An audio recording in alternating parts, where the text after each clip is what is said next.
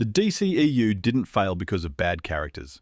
It failed because no one had a real plan. Here's mine. Perhaps making a bold statement like this is a bit hyperbolic. As a fan of comic books and comic book movies, who am I to act as if I could do a better job than the studios with all the money, experience, and the right tools? But this is the internet, and complaining about our fandoms and acting as if we know better is kind of what we're all here for. So, humor me and jump into the treatment for how I would structure a reboot of the DCEU. James Gunn deserves credit for creating a fun first film and taking on the tough task of making a Superman film that brings fun back to the theater. I have my own thoughts on how that film went. However, this isn't what this video is for. This video may end up causing rifts and complaints of its own, especially since a lot of what I would do veer from the source material a little bit.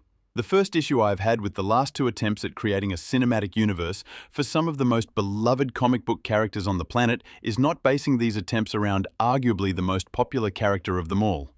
DC's Batman continues to be a draw to this day. In my treatment, this is where we start. A solo Batman movie will set the tone, establish the world, and be the cornerstone to build on. Like the Snyderverse, we start with a seasoned, older Batman, one that has had plenty of battles with most or all the grounded villains in the Rogue Gallery, mostly fighting street-level villains and a very few superpowered villains. We open in a Gotham unlike any we've seen before, no longer drowning in crime and chaos. Years have passed since the city needed a caped crusader in the shadows. Most of the street-level rogues have been locked away or vanished, and the Joker has been presumed dead for years. Gotham is now as safe as any major city. The legend of Batman remains, however. In this new era, we see more of Bruce Wayne than Batman. A seasoned, older Bruce has shifted his focus. With crime under control and the city finally catching its breath, Bruce has turned his energy towards civic duty, rebuilding Gotham into a beacon of hope and prosperity. He's no longer just a watchful protector, he's becoming a public figure of real influence. His partnership with another billionaire, Lex Luthor, has accelerated Gotham's economic revival. Publicly, their mission is revitalization. Privately, it's preparation. Bruce has long known that metahumans walk among us. From the safety of the Batcave, he monitors activity across the globe using surveillance networks and encrypted data streams. He's not waiting for the next god to fall from the sky. He's preparing to stop them before they ever rise. No longer reacting to disaster, Bruce has become a proactive strategist, seeking to prevent catastrophe before it begins. But just as Bruce begins to make real progress, politically and socially, things start to unravel. Protests erupt across the city. Political tensions escalate.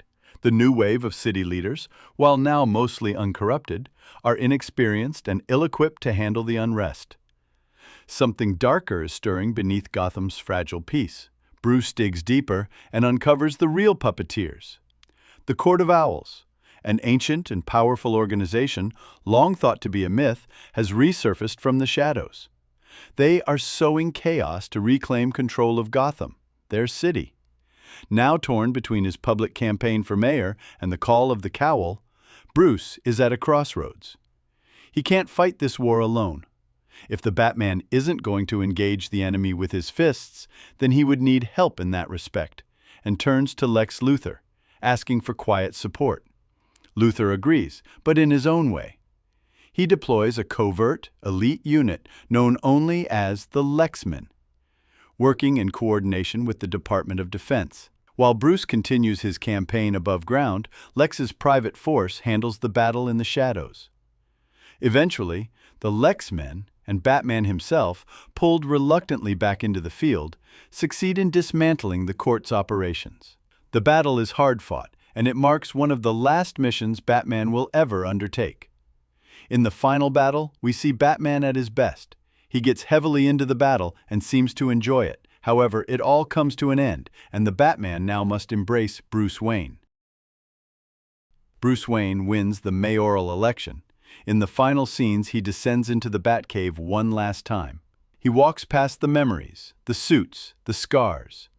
With a quiet reverence, he places the Batsuit into its case.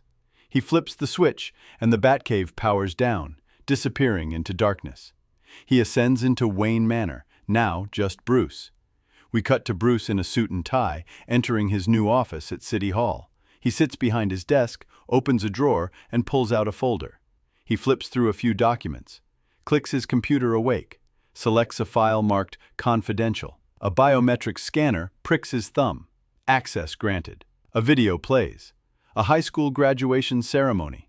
Click. A young man stands with his back to the camera in front of a sign that reads Central Kansas A&M. Click. A funeral in the rain. A photo next to the casket of a man in his 50s. Bruce pauses, deep in thought. He flops the folder onto the desk and the label reads, The Kents. Meanwhile, in a mirrored scene, Lex Luthor sits alone in a private study. He has the same file in hand. He closes it calmly as a dark silhouette blocks the light illuminating Lex's face. Lex doesn't flinch. He smiles and says, "So, you're ready to return to Gotham?" A slow, rising chuckle echoes through the room, evolving into a guttural, unmistakable laugh. Cut to black. If you like this video and want to know how I would approach the rest of the DC cinematic universe and want more content like this, then like this video, subscribe to the channel, and share.